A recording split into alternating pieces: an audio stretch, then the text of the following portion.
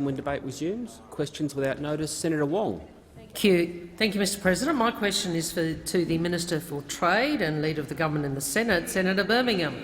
I refer to alarming reports that Chinese authorities have taken the unilateral decision to ban some Australian exports. Can the Minister advise the Senate of the total value of exports to China and how many Australian jobs rely on that market? The Minister for Trade, Senator Birmingham. Well, thanks very much, Mr President. I thank Senator Wong for her question, a question that is on a topic of significant importance to Australia, to many Australian industries and to the jobs of many Australians. China is Australia's #1 trading partner. It's an important trading partner with whom we value what has been a long-standing relationship of mutual benefit to both of our economies. In terms of current estimates around trade volumes, the value of those volumes and the jobs associated, I'll happily come back to the chamber with details on those, Senator Wong, of up-to-date estimates. But it is of great consequence, as I've noted, that our #1 trading partner has seen, during the course of this year, a number of decisions that it has taken that are of adverse potential consequence to Australian industry. As a government, we have been very clear in our disappointment of decisions in relation to Australia's barley growers that have seen China put in place tariffs, which we don't believe are justified. Australia's farming sector in no way is subsidised by a government or dumps its product on foreign markets such as China, nor do we believe that the decisions in relation to the specific actions of China when it comes to the suspension of certain meat processing facilities are justified for the length of time that it has taken, and we are concerned in terms of length of time that now we see decisions in relation to the processing of live seafood taking longer than should be the case. However, we equally see many rumours, stories and areas of speculation that prove to be unfounded, and so suggestions of complete outright bans on Australian trade entering China do not appear to have materialised over recent days, but we continue to work through diplomatic and administrative channels to make sure that Australian exporters get answers where they can and access where they ought. Senator Wong, a supplementary question. Has the Minister made direct representations to his counterpart, and if not, why not? Senator Birmingham. Thanks, Mr President. I have written to my counterpart on a number of occasions about a number of the issues that I just outlined. In doing so, we have also made representations, in addition to those written ones that I have made, as is publicly known, seeking ministerial dialogue, and it is of disappointment to Australia that despite our willingness to sit down and engage as a mature partner in ministerial dialogue, China has been unwilling to reciprocate in that regard. Nonetheless, we retain a position and a posture of keeping the door open in that regard, and we will continue to ensure that invitation is extended and our willingness to do so is there. In addition to those representations that I have made directly, as a government we have continued through ambassadorial level and at other diplomatic levels to engage solidly, steadfastly to try to resolve the various technical issues and other issues, as well as to support Australian industry wherever we possibly can. Senator Wong, a final supplementary question. Can the Minister provide any assurance whatsoever to Australian exporters to China and all those Australians whose job rely on these exports that these exports will not be blocked upon arrival? Senator Birmingham. Mr President, that really is a question for China.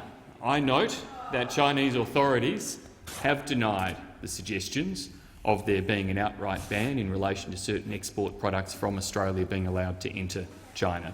They've made those denials both in private and in public through their media spokespeople. I note, as I said in the answer to the primary question, that we have seen over the course of the last few days shipments in a number of areas still proceed through customs, and we hope to see that that continues, that China, in being true to their word that they have given publicly and privately that there is not such an intervention, does continue to allow trade to flow in accordance with the commitments that China has made under the China-Australia Free Trade Agreement, in accordance with the commitments that China has made as a member of the World Trade Organisation. Trade between our two nations is beneficial to people across both our nations and across our region. It's beneficial to people and businesses within China as well, and any disruption will harm them as much as it will us. Before I call you Senator Fawcett, I just say I know I speak on behalf of all senators to say we are pleased to have been able to reopen the building and welcome Australians back to their parliament in person. Senator Fawcett.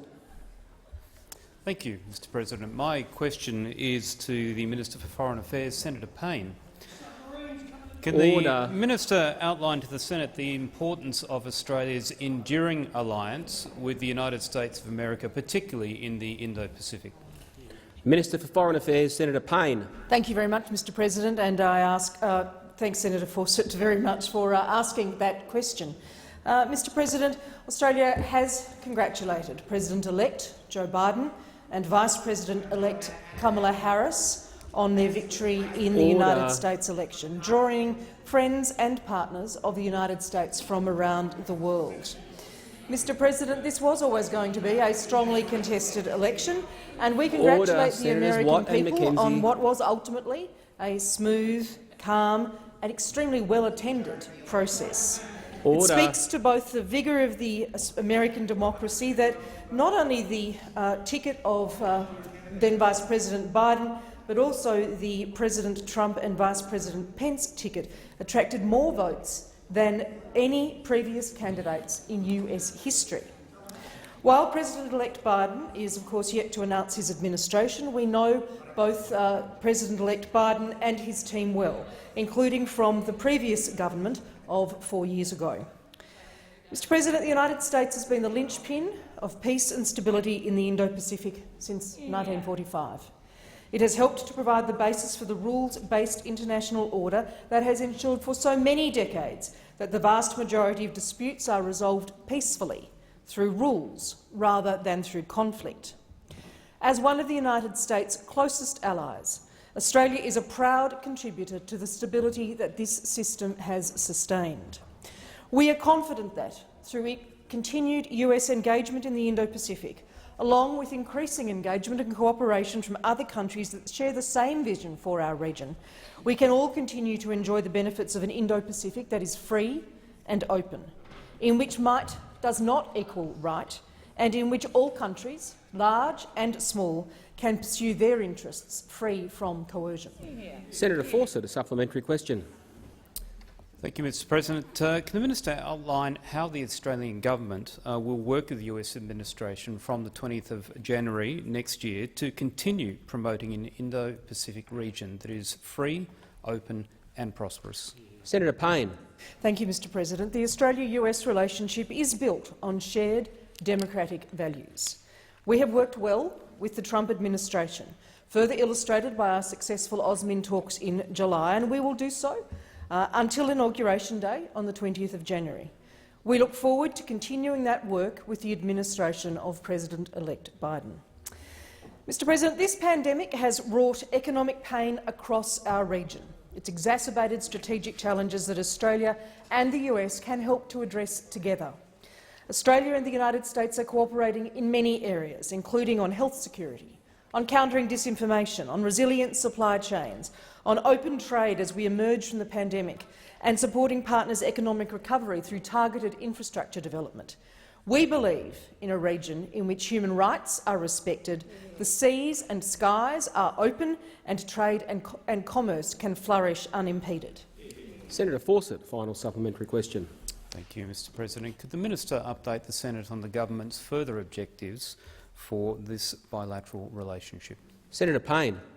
Mr President, we look forward to working with the administration of President-elect Biden on a range of our shared priorities for the Indo-Pacific. Together with Japan, we've recently announced the first project under our trilateral infrastructure partnership in the form of an undersea internet cable to Palau, supporting economic recovery through quality infrastructure.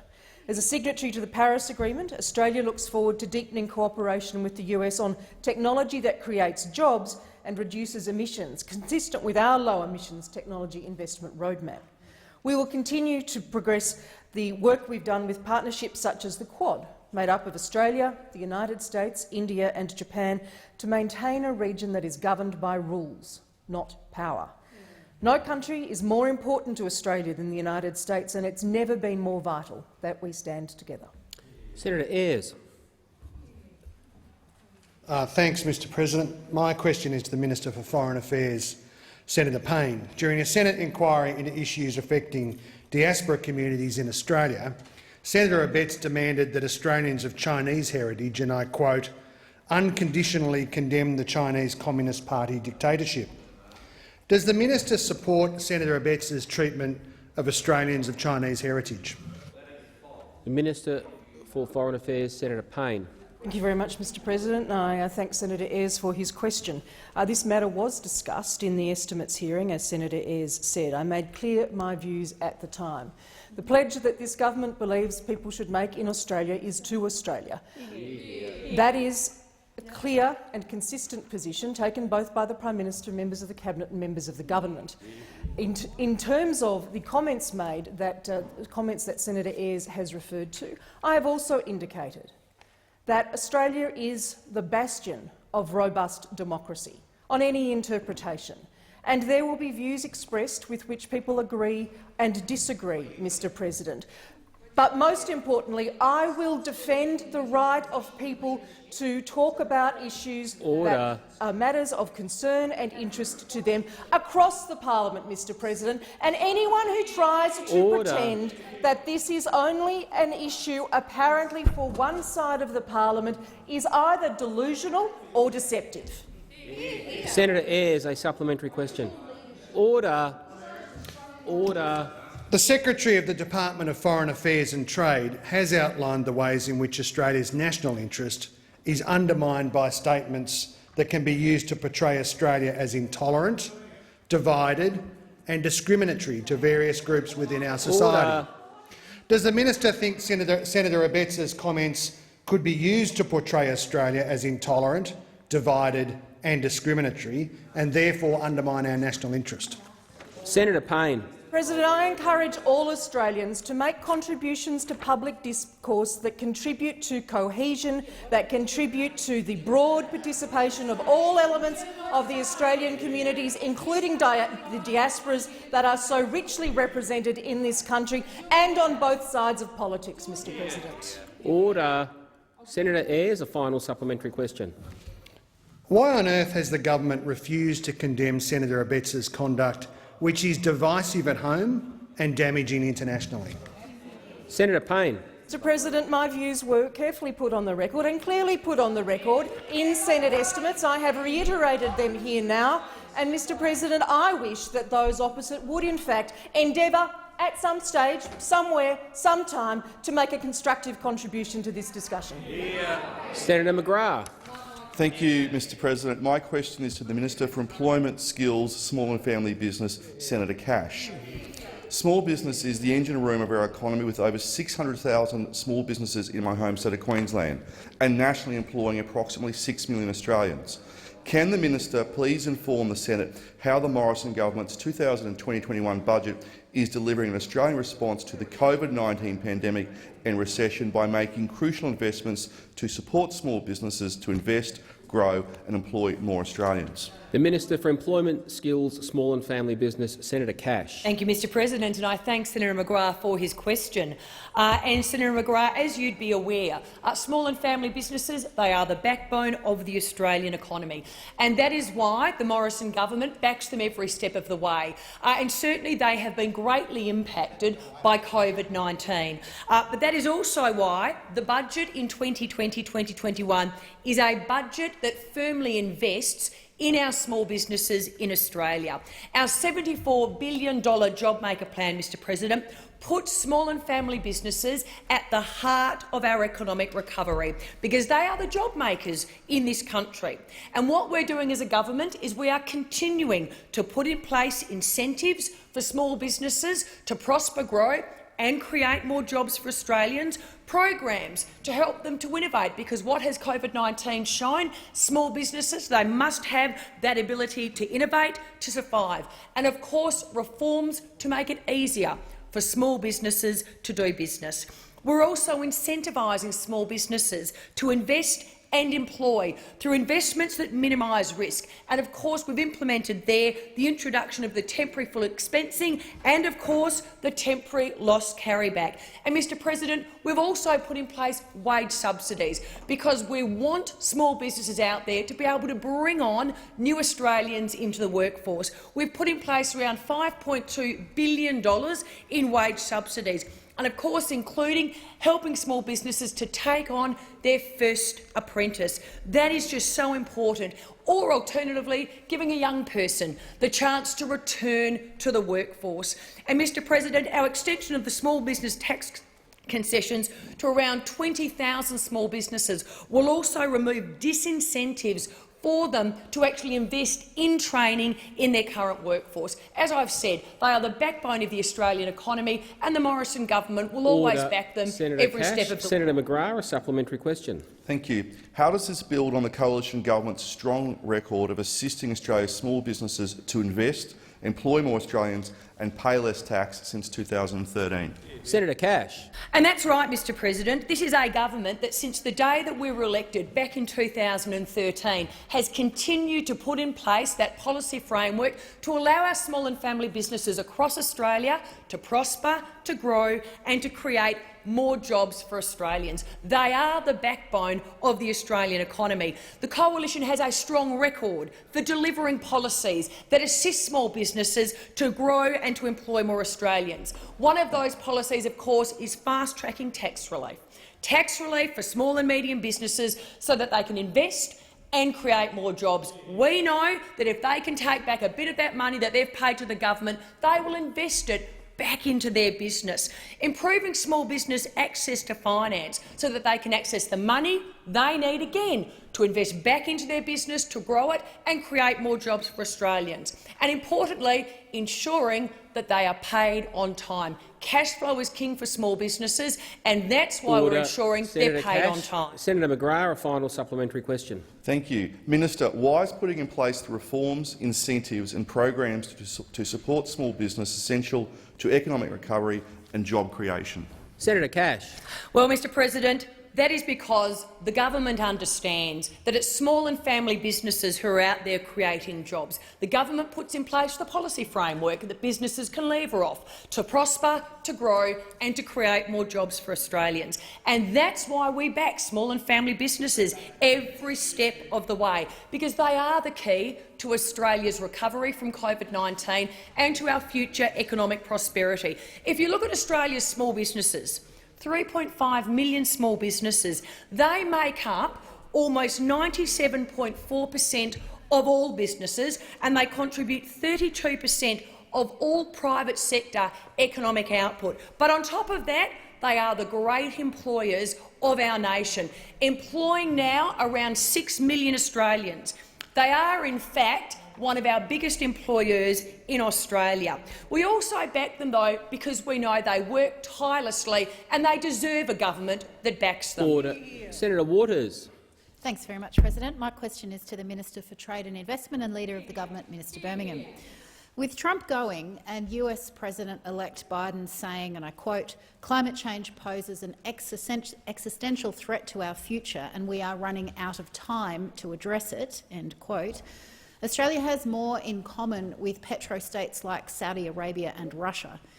Your targets have Australia on track for a catastrophic 4 degrees of warming. Will the government acknowledge that 2030 commitments are crucial and lift our targets at the upcoming Glasgow Climate Summit? The Minister for Trade, Tourism and Investment, Senator Birmingham. Well, thanks, Mr President. I thank Senator Waters for her question. And indeed, I do acknowledge that 2030 targets are crucial. This side of the chamber has a 2030 target. That side of the chamber does not have a 2030 target, I would note. So I certainly agree, Mr President, that 2030 targets are crucial and that our government has outlined a 2030 target very clearly of a 26 to 28% reduction against 2005 levels. And I think it's instructive, Mr President, for us to look at how it is that Australia compares when it comes, indeed, to our achievement of emissions reduction compared with 2005 levels. Because in Australia, our emissions are down 14% compared with 2005 levels. What's the OECD average by comparison? It's 9%. So Australia, 14%, the OECD average, 9%. Indeed, across a number of other countries, the United States, they're down 10%, smidgen above the OECD average, even including during President Trump's time in office as Senator Waters. Canada, they're down 0.1%. New Zealand, they're down 1%. Japan's down 8%. Different countries are tracking in different levels in terms of emissions reduction. But Australia can be proud of the fact that we have made commitments in Kyoto 1, in Kyoto 2, and we've exceeded those commitments in Kyoto 1 and Kyoto 2. And in exceeding those commitments, we have well and truly exceeded the OECD average for emissions reduction over that period of time. And so when our government makes a 2030 commitment, as we have done in the Paris Agreement, what we've done is commit once again to actually achieve and ideally to exceed, as we have done time and time before. That's the approach we've taken in our time in office, to make commitments, to honour them through domestic emissions reductions, which we've done above the global average, and in getting those reductions, we intend to continue to honour our commitments. Senator Waters, a supplementary question. Yes, thanks, President. Biden has pledged 100% clean energy by 2035. Will this government follow suit? Senator Birmingham. Well, Mr. President, President-elect Biden has made certain policy commitments, and we welcome the fact that President-elect Biden has committed to invest heavily in technology. It's very consistent with the technology roadmap that our government has outlined in terms of meeting our emissions reduction. And the United States is Australia's #1 investment partner. So the complementarity that comes with them having technological ambitions alongside our technology ambitions absolutely sits well together. In terms of energy generation, which Senator Waters asked about, well, let me again look at the share of solar and wind as part of electricity generation. In Australia, solar and wind now stands at 18% of electricity generation here, compared to the OECD average of 11%. In the US, it's 9%. Canada 6%, New Zealand 5%, Japan 8%. So again, Australia leads in terms of renewables, solar and wind. Sorry. Point of order, Senator Waters. Time for the answers expired, so. I think there was still 3 seconds on the clock, Pres, which is why I stood up, but I'm sorry if I got that wrong. It was a point of order on relevance. My question went to 100% clean electricity by 2035. The minister's given a nice little lecture, Waters, even if but I'm interested in an actual answer. Senator Waters, I think you did stand when there were 2 seconds left, but with respect, there's no opportunity for me to provide advice to the minister. I will say, however, that I believe he was being directly relevant because the question referenced renewable energy and he was directly talking about that topic. Even if not in the terms you wished, I can't instruct him how to answer a question. A final supplementary. Thanks, President. I note that former Prime Minister Malcolm Turnbull described your gas-led recovery as BS and political piffle. Will you now follow Malcolm Turnbull's advice and execute a pivot on climate and lead this nation towards zero emissions? Senator Birmingham. Well, Mr. President, gas has been a crucial transition fuel that has enabled Australia to drive down our emissions. Indeed, it's been a key factor in what's enabled the United States to drive down their emissions as well.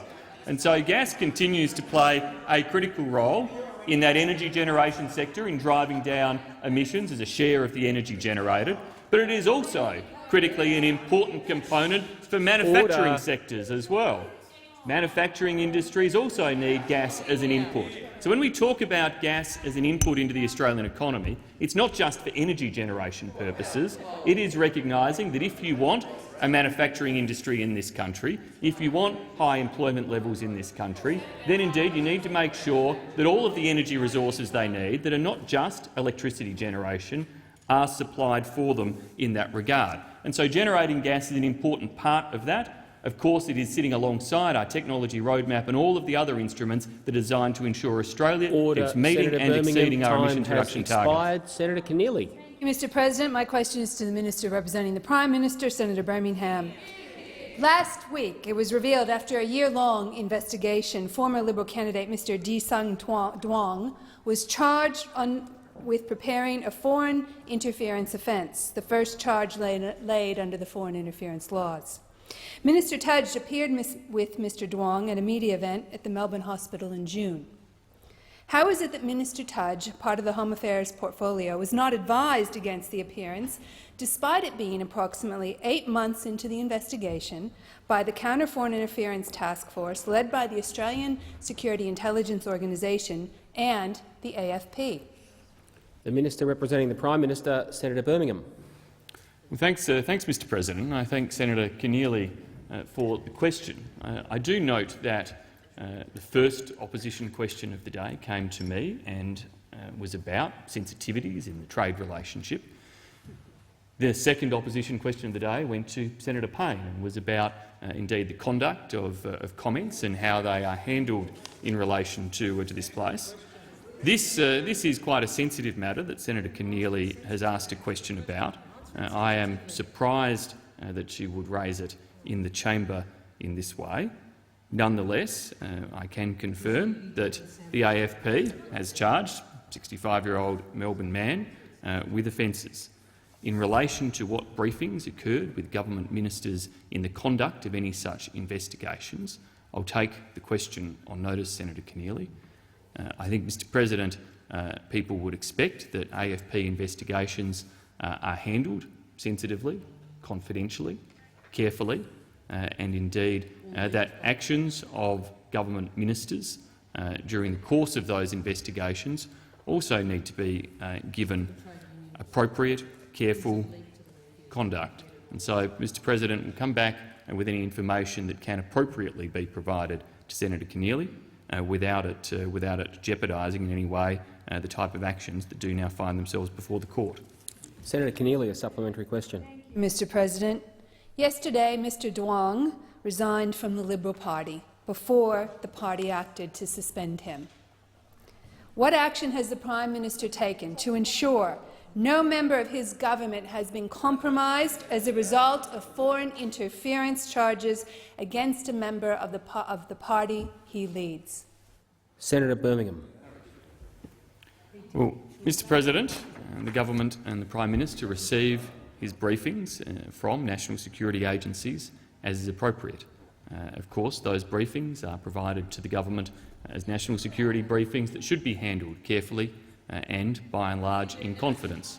The opposition, through certain processes of the parliament, also receive national security briefings from time to time, including, of course, briefings that agencies have provided to various political parties in regard to their operations.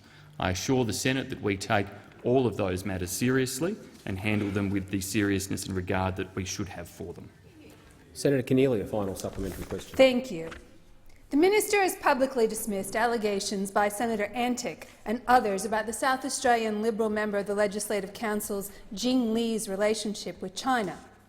What is the status of the allegations made by Senator Antic and other South Australian Liberals, and has the matter been referred to relevant authorities?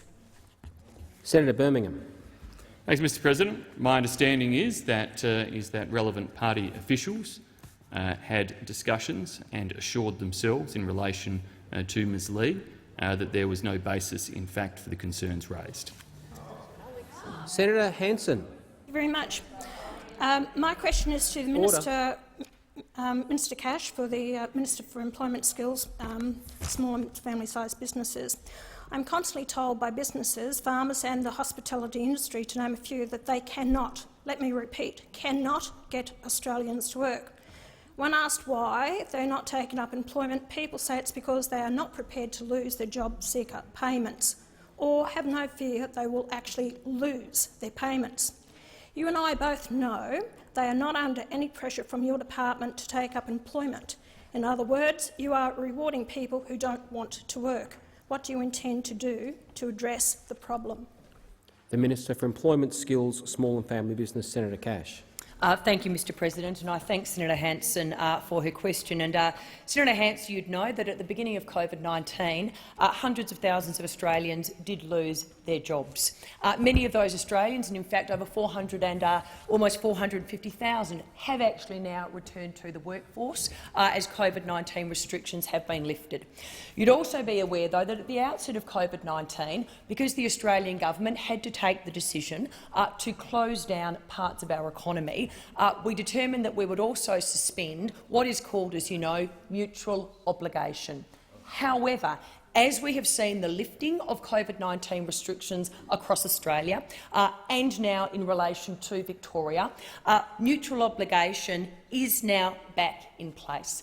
You would be aware, Senator Hanson, that on the coalition side of politics, we fundamentally believe in the principle of mutual obligation, and that is, of course, that those receiving benefits or payments should be looking to take up work or, alternatively, the opportunity to upskill. We believe, in fact we expect those on JobSeeker who are offered suitable employment to accept it. And in fact we make no apology for encouraging Australians back to work. Senator Hanson, with the return of mutual obligation, we are now seeing penalties being put in place for those people who are refusing work. And in fact, in terms of work refusals, 242 work refusal failures for job active seekers have been applied by Services Australia since the 4th of August. We've also seen a total of 250,112 payment suspensions. So certainly, Senator Hanson, in terms of mutual obligation, that is the mechanism by which you have people, Australians, out there looking for work, and in the event that they say Order, no— Senator Cash. Time for the answers expired. Senator Hanson, a supplementary question. Prior to COVID, 727,000 people were on New Start allowance. Of these unemployed people, 56% were over the age of 45. Of those over the age of 55, 30% have been unemployed for 5 years or more, and half of them do not need to meet their mutual obligation to find work. Why, and what are you doing about that? Senator Cash. Well, Mr President, again, Senator Hanson, as you may know, mutual obligation applies to certain categories of person, and there will be exemptions for some people in relation to discharging their mutual obligation requirements. But insofar as COVID-19 has occurred, what we now have back in place is the concept of mutual obligation. So we do expect job seekers who are out there in receipt of the job seeker payment to be looking for work, and in the event that they say no to suitable employment, they can have their payment suspended. But on top of that, Senator Hanson, we've actually put in place additional mechanisms for job seekers to upskill or reskill, so that they are able to put themselves forward for a job. And in particular, you'd be aware that we've put in place our $1 billion job trainer agreement. This is specifically about ensuring that as a government, working with the state and territory governments, we are funding areas of vocational education and training. Senator Cash. Senator Hanson, a final supplementary question. Minister, you are going to pay businesses a job maker hiring credit of $200 a week if under 30 and $100 a week if 30 to 35 for 20 hours of work. This means an employer is better off hiring 2 part-time workers instead of 1 full-time worker.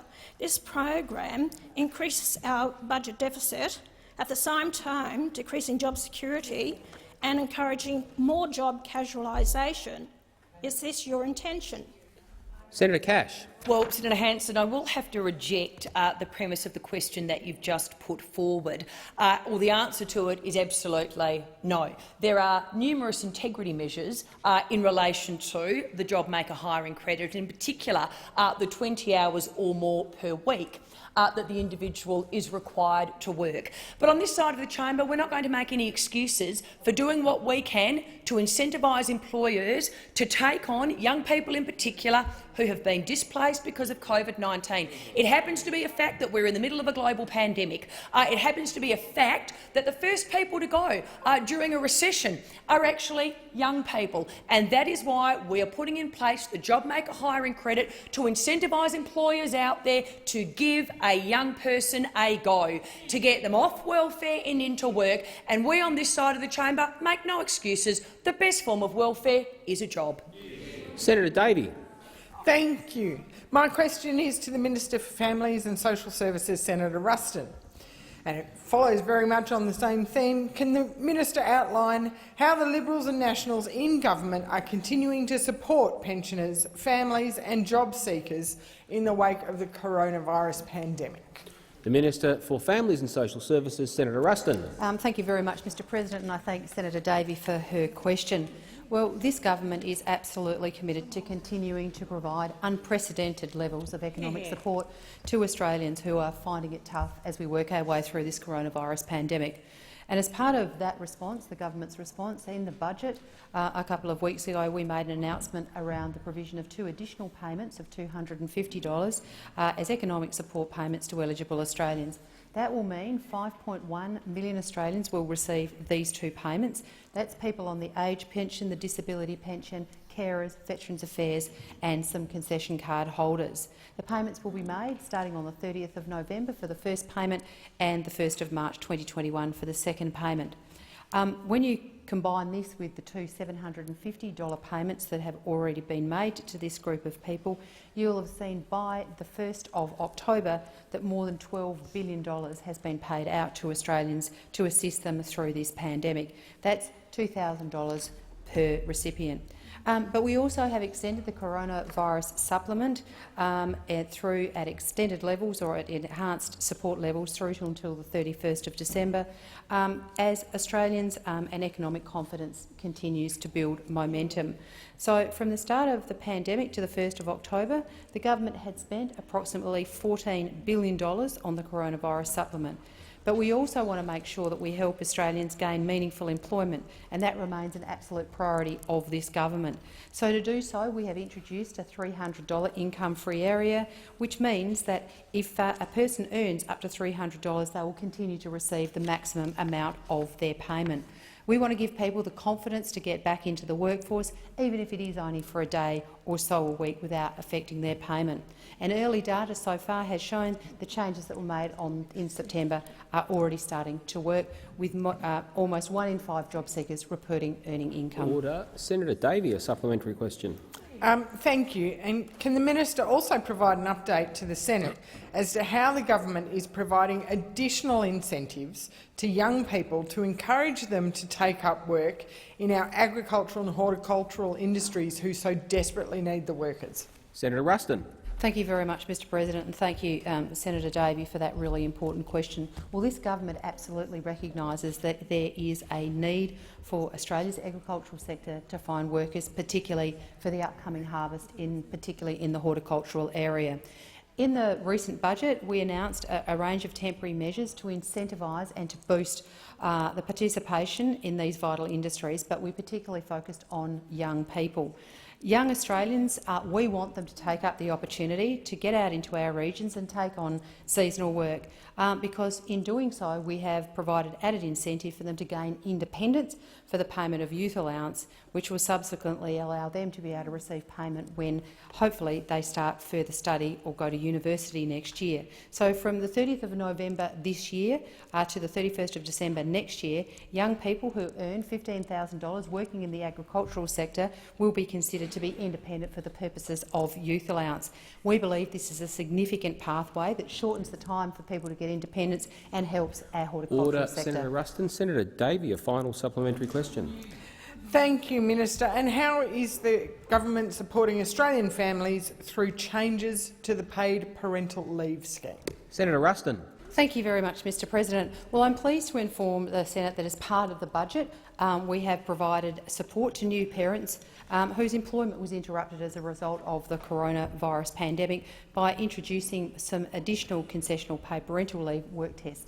So under normal rules, parents are required to have worked 10 out of the last 13 months prior to the birth of their child or adoption of their child to qualify for paid parental leave. What we have done is extended that period so that it's 10 out of the last 20 months for births and adoptions, and this will be in effect from the 22nd of March 2020 until the 31st of March 2021. This temporary change increases access to paid parental leave for approximately 12,800 families who were previously connected to the workforce but have lost their job as a result of the COVID pandemic but would otherwise have been able to qualify. We understand many people had made the decision about family planning prior to COVID, and we want to make sure that those families don't miss out. Senator Ruston. Senator Watt. Thank you, Mr President. My question is also to the Minister for Trade, Senator Birmingham. Senator Canavan has dismissed the impact of the worsening trade relationship with China on the Australian economy and jobs, saying that, and I quote, "All we're being asked to do is give up our access to cheap TVs." Is Senator Canavan correct to dismiss the potential impact of this trade dispute on Australian jobs? The Minister for Trade, Senator Birmingham. Well, thanks, Mr. President. I haven't seen indeed the quote attributed to Senator Canavan there, and so I won't take at face value the extract there without seeing the full context of the remarks that Senator Canavan is likely to have made. As I said before, we do recognise the importance of the trade relationship with China, and indeed I'm happy to give the Senate some of the detail that I took on notice before in relation to Australia's total two-way trade for goods and services export, having been valued in 2019 at $251.4 billion. That our goods exports in 2019 were $149.2 billion. That over the latest ABS figures, which are for the 18-19 period, there were some 8,184 Australian merchandise exporters engaged in trade with China.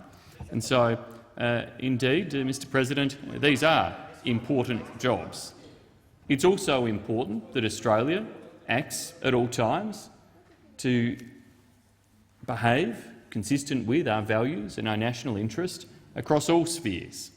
And so we do that, seeking to absolutely protect our values as a trading nation and our willingness and desire to engage openly and in a rules-based manner to trade with as many nations as possible and for them to reciprocate in doing so. But we also take very seriously the need to protect our critical infrastructure, our communication system, to have foreign investment laws that are appropriate and that withstand different strategic challenges that we will face as a nation from time to time.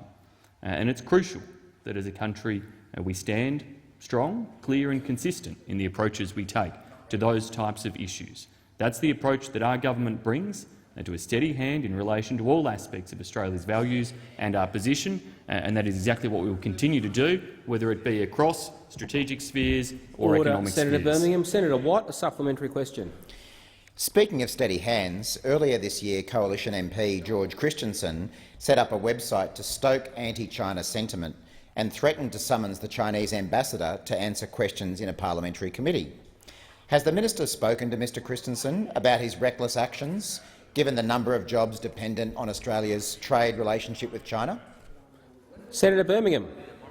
Thanks, Mr. Christensen. Mr. President, Mr. Christensen is apologies, Mr. President. Mr. Christensen is one of many Coalition MPs who I have spoken to during the course of this year about Australia's trade and the opportunities in terms of ensuring that we continue to get that perspective right of holding a calm and steady hand in all aspects of our relationship and how we deal with China. This is not a relationship in which we want to see politics played in any sphere.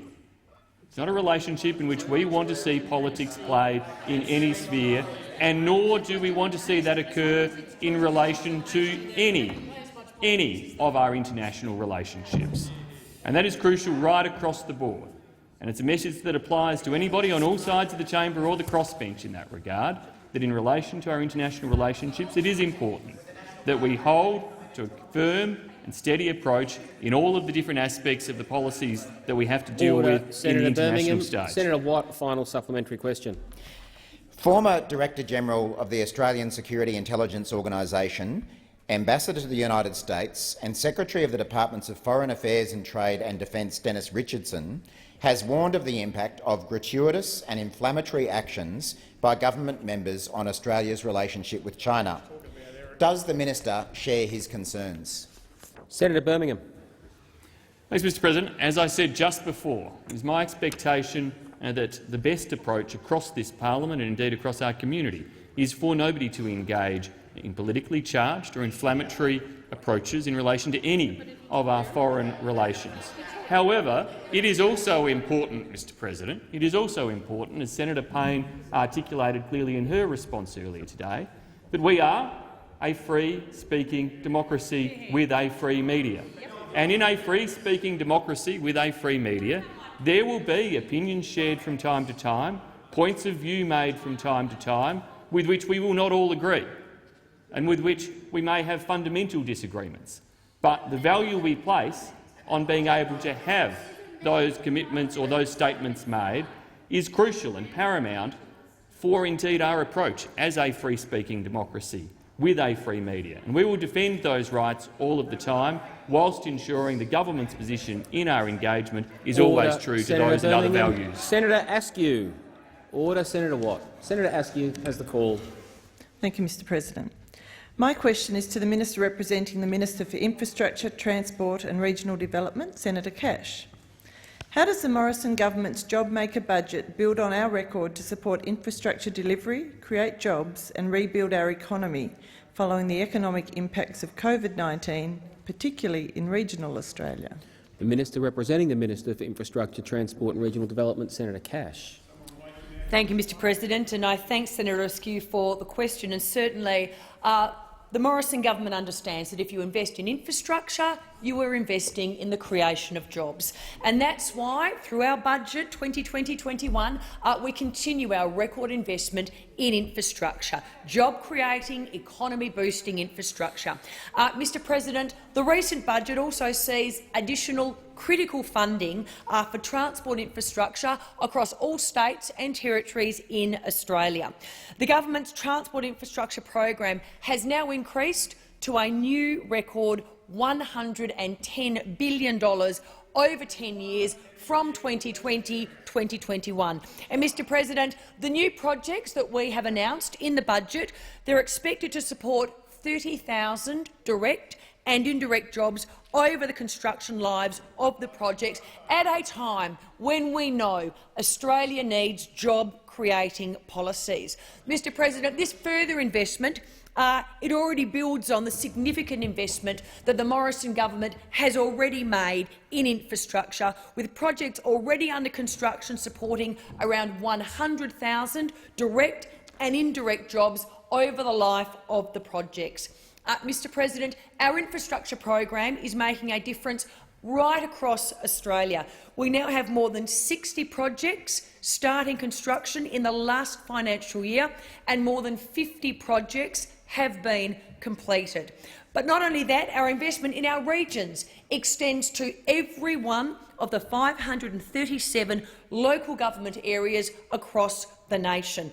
And in fact, the Local Roads and Community Infrastructure Program delivery benefit to every council, no matter where it is. You invest in infrastructure, Mr President, as this government continues to do. You invest in jobs for Australians. Senator Askew, a supplementary question. Thank you. How has the government's accelerated infrastructure spend in response to COVID-19 supported job creation and economic recovery, particularly in my home state of Tasmania? Senator Cash. Well, Mr President, since the commencement of COVID-19, the government has committed to investing an extra $14 billion in new and accelerated infrastructure projects over the next 4 years, supporting the creation of around 40,000 jobs. And this includes $1.5 billion being provided for shovel-ready projects and targeted road safety works right across Australia.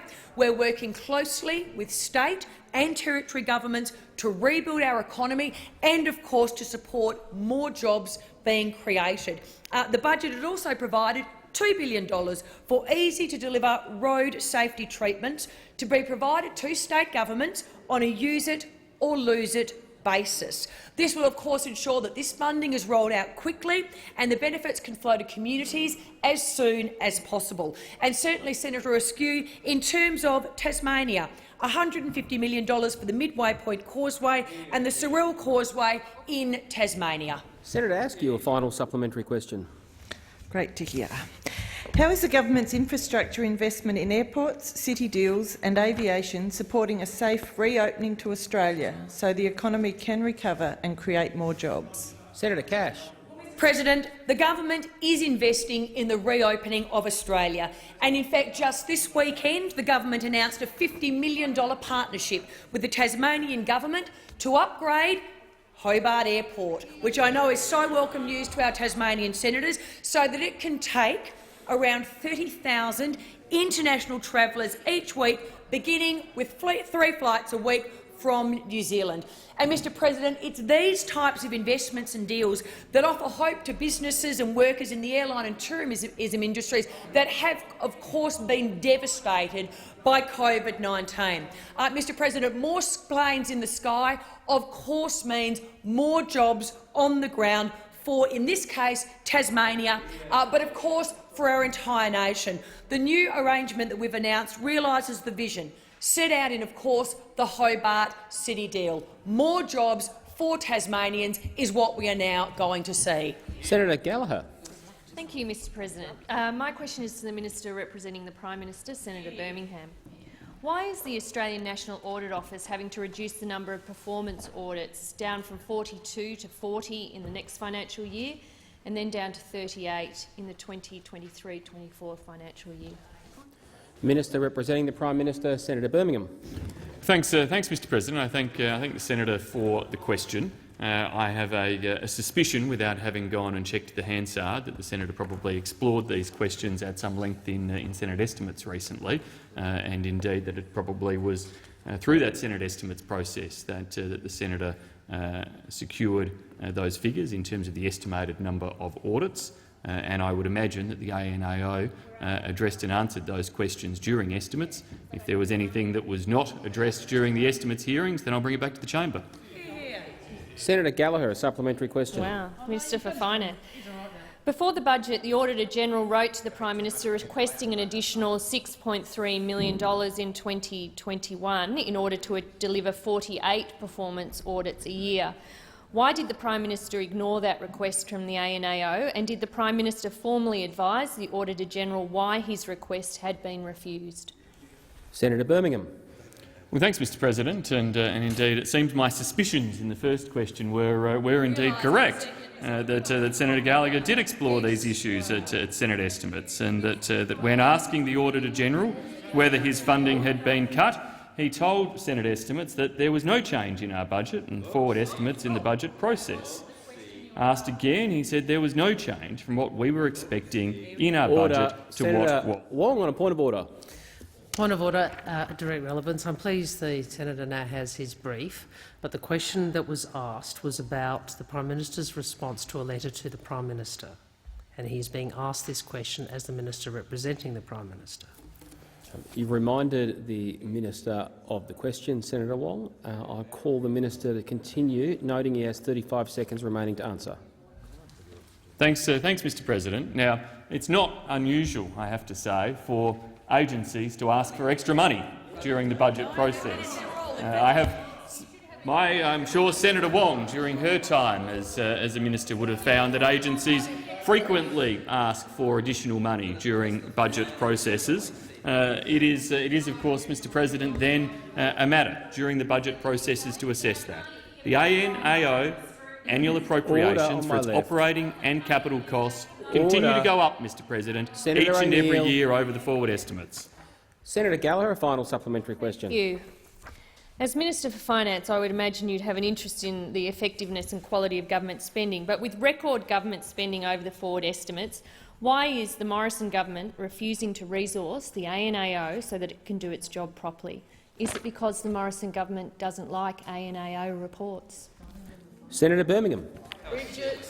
Thanks, Mr President. Well, what we see in Senator Gallagher's question there is that, of course, the Labor Party doesn't seem to learn anything over time, that we're accused of starving funding. Refusing to provide funding is a starving of funding, even though funding is going up each and every year into the future and the budget. So we have a Labor Party here who comes into this chamber and seems to think that if an agency just asks for money, they should automatically get the money. who seems to say that it's a starving of funding even when that funding goes up.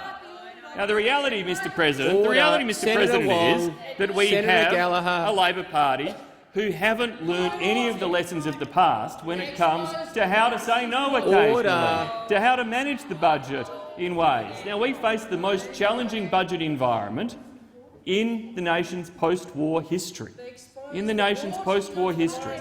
We are providing record levels of temporary and target assistance to Australians. That doesn't mean that every agency gets a yes to its additional spending request. Order on my left.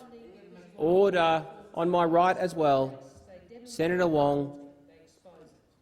Senator Molan. Thank you, Mr. President. My question is to the Minister for Defence, Senator Reynolds. Can the minister update the Senate on the outcomes achieved during her recent visit to key partners in the Indo-Pacific? The Minister for Defence, Senator Reynolds. Well, thank you very much, Mr. President, and I thank Senator Molan for his question and also for his strong and enduring support and commitment to our regional engagements. And can I also thank the opposition for their support for this very important visit. Last month I travelled to Japan, Singapore, Brunei and the Philippines to meet in person with my counterparts to discuss shared regional challenges, including our respective COVID-19 responses, and also some exciting new opportunities for our bilateral relationships. All engagements were warm and productive, and the visit in person was well received. And quite simply, there is no substitute for face-to-face meetings, albeit COVID safe. It was a privilege to be the first Defence Minister to meet with the new Japanese Defence Minister, Minister Kishi. Together we set the direction for the next phase of our defence cooperation and also new joint activities to address regional challenges. And in Singapore, I met with Prime Minister Lee, Deputy Prime Minister Hung and my counterpart for Defence, Dr Ng. Together we marked the 30th anniversary, a significant anniversary, of Singapore's military training in Australia, and we acknowledged our shared commitment to a secure and also a prosperous Indo-Pacific region. And we also identified new and quite exciting opportunities for us to train and operate together. And in Brunei, I met with His Majesty the Sultan and the Second Minister of Defence, Payne Halby. We discussed very positive developments this year in our bilateral defence relationship, and we also discussed important regional issues ahead of Brunei's year as the ASEAN chair next year in 2021. And I concluded my visit to the Philippines, where I met again with the Secretary of National Defence, Lorenzana. We also discussed our respective responses to COVID-19 and the role our militaries were playing, and also looking for new opportunities, which we identified, for us to do further work under our enhanced defence cooperation program. Senator Molan, a supplementary question. Thank you, Mr. President. Can the minister please update the Senate on our input into Exercise Malabar? Senator Reynolds. Thank you very much, Mr. President. Again, I thank Senator Molan for the question. And happily, yes, I can. Whilst in Japan, I was delighted to receive the invitation for Australia to participate in Exercise Malabar. This is a significant opportunity for Australia to enhance its maritime capabilities and also further enhance interoperability with major democracies. On the 3rd of November, HMAS Ballarat joined the United States Navy, the Indian Navy and also the Japanese Maritime Self-Defence Force vessels. Australia's participation in Exercise Malabar is a clear demonstration of the Morrison government's commitment to the 2020 Defence Strategic Update. Exercise Malabar itself builds on the strong momentum of our new comprehensive strategic partnership with India and also advances our collective interests in a free, open and a prosperous Indo-Pacific.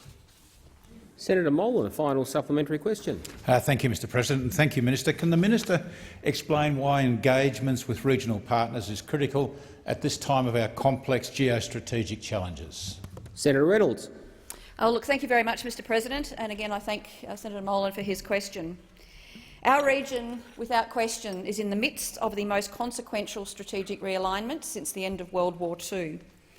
Increasingly, there is an imperative for Australia to actively and also for more assertively advocate for regional security and also stability, because without security in our region there is no prosperity.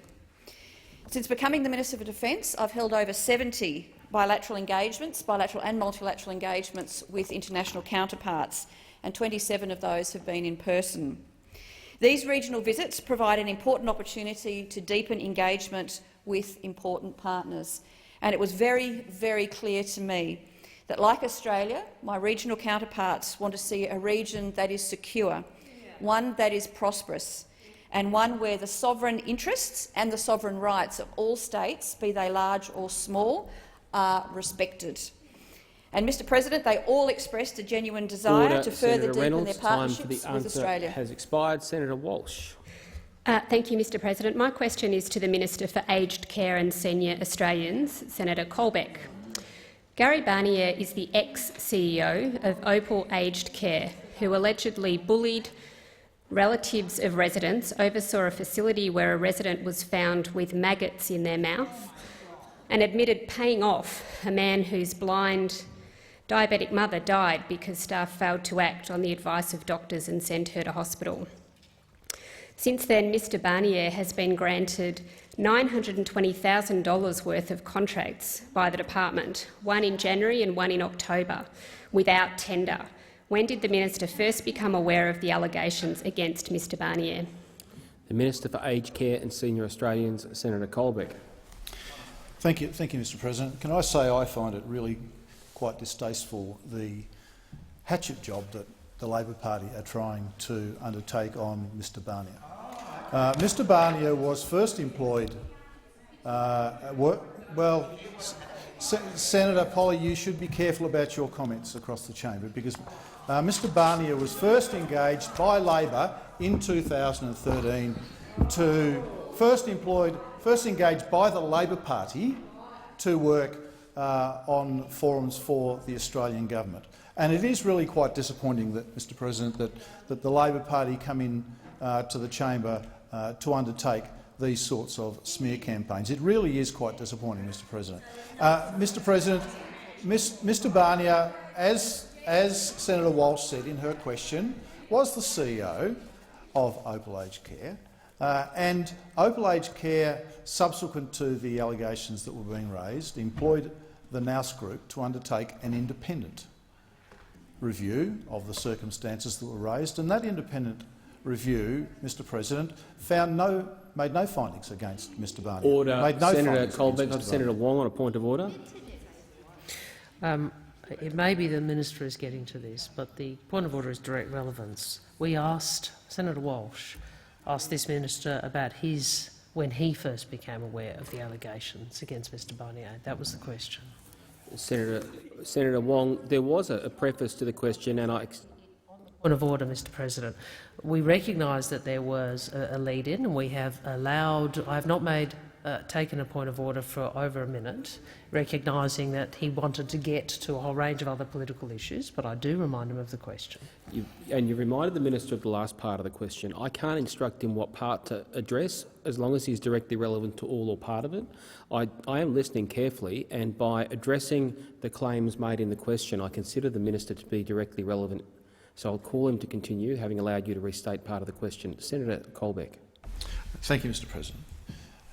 Mr President, Mr Barnier is doing some important work, specifically related to his particular skills with respect to his understanding of the financial structure of the aged care sector. Has supported a number of aged care providers and the government in getting a better understanding of the financial circumstance of the sector more broadly. It is an important piece of work. It is an important piece of work, Mr President. Senator Wong on a point of order.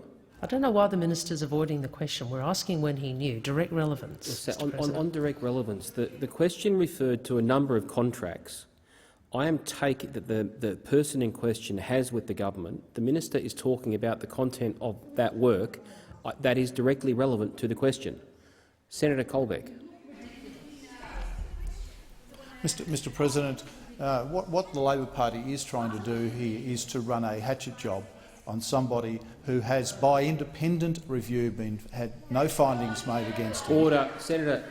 Senator Colbeck. Senator Wong. On the point of Mr. order. President, this minister appears to be defying standing orders again. I again take a point of order on direct relevance. He was asked a question about his state of mind. He should answer the question. Senator Wong. Senator Wong, when a question has a substantial preface, in this case not loaded but mainly assertions of fact, the minister is entitled to address those facts in his answer. Shorter questions narrow the definition of direct relevance. The minister is being directly relevant. I cannot instruct him which part of the question nor how to answer the question as long as he remains so. Senator Colbeck, you have 7 seconds remaining. Order. Senator Colbeck is on his feet. Order on my left. Senator Colbeck is on his feet. How about you allowing to... On my right, Senator Wong.